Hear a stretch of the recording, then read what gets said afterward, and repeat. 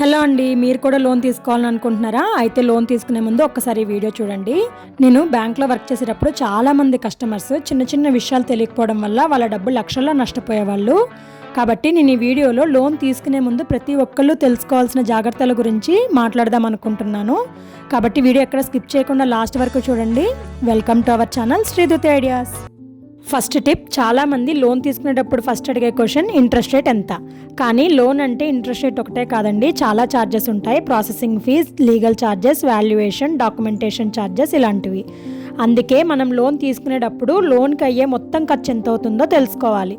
Loan తీసుకునేటప్పుడు మనం అడగాల్సిన క్వశ్చన్స్: ప్రాసెసింగ్ ఫీ ఎంత, హిడెన్ ఛార్జెస్ ఉన్నాయా, ప్రీ క్లోజర్ ఛార్జెస్ ఉన్నాయా, పార్ట్ పేమెంట్ ఛార్జెస్ ఉన్నాయా అని అడిగి తెలుసుకోవాలి. Tip number 2, loan tenure. Loan tenure అంటే మీరు లోన్ను పూర్తిగా తిరిగి చెల్లించడానికి తీసుకునే టైం పీరియడ్. టెన్యూర్ ఎక్కువగా ఉంటే ప్రతి నెల ఈఎంఐ తక్కువగా ఉంటుంది. కానీ ఒక విషయం గుర్తుపెట్టుకోండి, టెన్యూర్ పెరిగే కొద్దీ మొత్తం వడ్డీ భారం కూడా పెరుగుతుంది.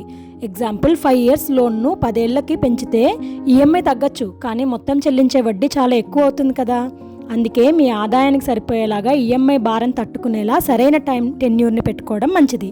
తక్కువ ఈఎంఐ చూసి లక్షల్లో అదనపు వడ్డీని మాత్రం కట్టకండి, జాగ్రత్త పడండి. Tip number 3, documents. Loan late కావడానికి రీజన్ డాక్యుమెంట్స్ పూర్తిగా లేకపోవడమే. మీరు లోన్కి వెళ్లే ముందే మీ కేవైసీ అంటే ఆధార్, ప్యాన్తో పాటు మీ salary slips, company ID card, bank statements and IT returns కూడా తీసుకువెళ్ళడం మంచిది. దీనివల్ల మీ లోన్ ప్రాసెసింగ్ త్వరగా పూర్తవుతుంది, మీరు బ్యాంకు చుట్టూ తిరిగే పని తప్పుతుంది. Number 4, prepayment. ప్రీపేమెంట్ అంటే లోన్ గడువు పూర్తయ్యేలోపు మీ దగ్గర డబ్బు వచ్చినప్పుడు లోన్లో కొంత మొత్తాన్ని లేదా మొత్తం లోన్ను క్లోజ్ చేసేయవచ్చు. కొన్ని బ్యాంక్స్ లేదా ఫైనాన్స్ కంపెనీస్ ప్రీపేమెంట్కు ఛార్జీలు వేస్తాయి. అందుకే ముందే క్లియర్గా అడిగి తెలుసుకోవడం మంచిది. ఒకవేళ ప్రీపేమెంట్ అవకాశం ఉంటే మీ లోన్ టెన్యూర్ తగ్గుతుంది, అంతేకాదు మీరు మొత్తం చెల్లించే వడ్డీ కూడా తగ్గుతుంది.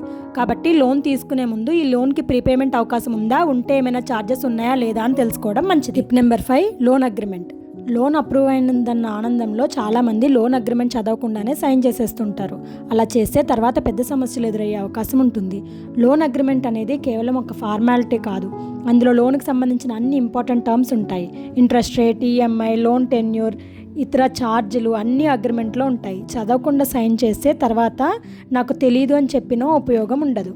గుర్తుంచుకోండి, లోన్ అగ్రిమెంట్ మీద మీ సంతకం ఉంటే ఆ నిబంధనలన్నిటికీ మీరు ఒప్పుకున్నట్టే, కాబట్టి చదవకుండా సైన్ పెట్టడం మంచిది కాదు. 6th టిప్, లోన్ తీసుకోవడం చాలా ఈజీ, కానీ తిరిగి చెల్లించడం అంత ఈజీ కాదు.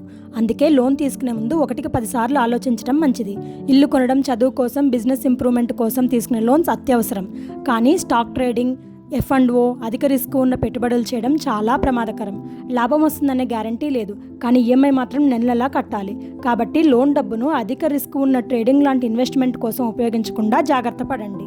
7th tip, EMI auto debit date గుర్తుంచుకోవడం. చాలామంది లోన్ తీసుకున్న తర్వాత ఈఎంఐ ఆటో డెబిట్ సెట్ చేస్తారు, సో ఆటోమేటిక్గా అకౌంట్ నుంచి కట్ అవుతుందని అనుకుంటారు. కానీ మనం గుర్తుపెట్టుకోవాల్సింది EMI date. EMI auto debit ఉన్న ఆ డేటుకు ముందు బ్యాంక్ అకౌంట్లో బ్యాలెన్స్ సఫిషియెంట్గా ఉందా లేదా చెక్ చేసుకోవడం మంచిది. ఒకవేళ ఈఎంఐ బౌన్స్ అయితే బ్యాంక్స్ పెనాల్టీ ఛార్జెస్ వేస్తాయి, మీ క్రెడిట్ హిస్టరీ కూడా దెబ్బతింటుంది.